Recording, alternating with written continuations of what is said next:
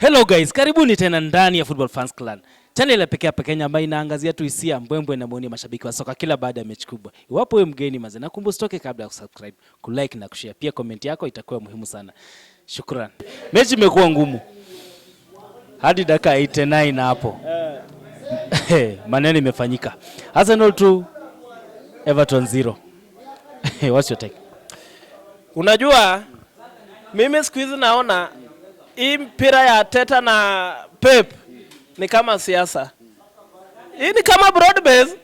Hii ni kama broad-based kwa sababu Pep anajua Teta. Na Teta wameshaifanya kazi. So unajua hii Everton ilikuwa inataka kutuwekea maandamano lakini dakika ya mwisho tumeenda tumetengeneza 10 point agenda. Sasa hivi Man City ni 10 point agenda tumetafuta. Sasa iko kwa table. Hiyo 10 point agenda iko kwa table. Is upon Man City waamue hii 10 point agenda ibaki hivyo ama ivunjike. So is upon them. Na mimi nawaambia Everton walitukazia. Lakini tumegundua tena leo ukiwa mgumu sasa achana set piece. Achana na penalty. Ukiona Teta ametoa jacket akaweka chini, jua ni fire. Hata kama imebaki dakika 2, ametoa akaweka chini, jua ni fire. The worst thing yenye tunasema game ya leo imechezwa vizuri but kuna mchezaji wetu mkubwa amepata injury Timber, which is not good. We have big games hapa mbele. Tuko na finale, we need these cups, tuko na Champions League and unajua ukipata player like Timber anapata injury is a big ni shimo kubwa kwetu. But we believe on our players. Our players wamecheza hapo unaona like game changer wa hii game ya Everton ni only 16 years old. Wewe kwa kichwa ngumu atata kuletea mtu wa 16 years old. Na Pickford mtu wa 16 mwenye hajacheza hata mwenye amezaliwa jana hapa 2010. Ana ni ngumu, ni mbaya. Ni mbaya. Yes. Yaani katiba ya Kenya ni mzee kuliko huyu kijana. Katiba ya Kenya ni mzee kuliko huyu kijana. By the way huyu kijana unajua mimi naweza sema Max Doman venye alikama like a good player to Arsenal. And ukiangalia kiti imemrudisha nyuma kidogo imekuwa injury. Actually huyo kijana sasa angekuwa amepick sana.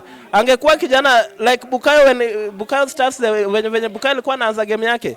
Kere yake alikuwa na shine sana. Max Doman kiti ilimharibia kidogo za Abita alikuja na hiyo morale akapata injury. So to Max Doman I think he need to work hard. He need to make a lot of confidence.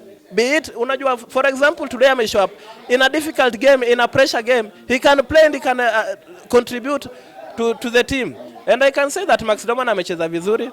And as a team, ukiangalia for the first minute to first half tumecheza with a lot of pressure. You know, so I think since tuko na 10 points ahead, pressure itatulia kidogo. I think tutacheza ile game yetu because unaona hata size set piece, yani tuko tuna ile pressure. Wale wetu wa set piece wamechanganyikiwa siku hizi. Header to party, penalty ni ngumu. So unajua then the other thing naweza sema that hii mambo ya set piece inafaa tuache sasa because I think watu wanaongelea sana na mimi nataka kuuliza to the football fans ama mtu yeyote anapenda football.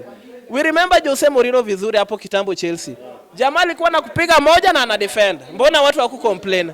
Arteta hii season Arteta tunajua Arteta I mean positioning possession, ball position. Tumecheza, Wenger amecheza tujaona kikombe.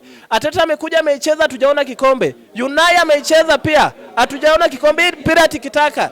Lakini tumeamua kuchange tactics. Na tukichange tactics tunafunga na set piece. Wengi wanalia. Hadi mtu mwenyewe huyu John Obi Mikel anasema eti sujie Arsenal hawana game. Sijui wanacheza rank football. Na huyu Obi Mikel kwa kere yake yote hapa EPL amefunga bao 2. Ya kwanza ilikuwa alifunga Everton, ya pili bao yake ya pili alipiga na hiyo kona, hiyo set piece yenye analaumu saizi. I think Arsenal tumemjua kwa mpira ya tikitaka. Amecheza na ameshop that akanacheza but hii hapa leo hii saa hii tumekuja na another system ya kubeba trophy. Sisi bora all competitions about at the end. What is the benefit? Si ati mchezaji amekuwa mzuri.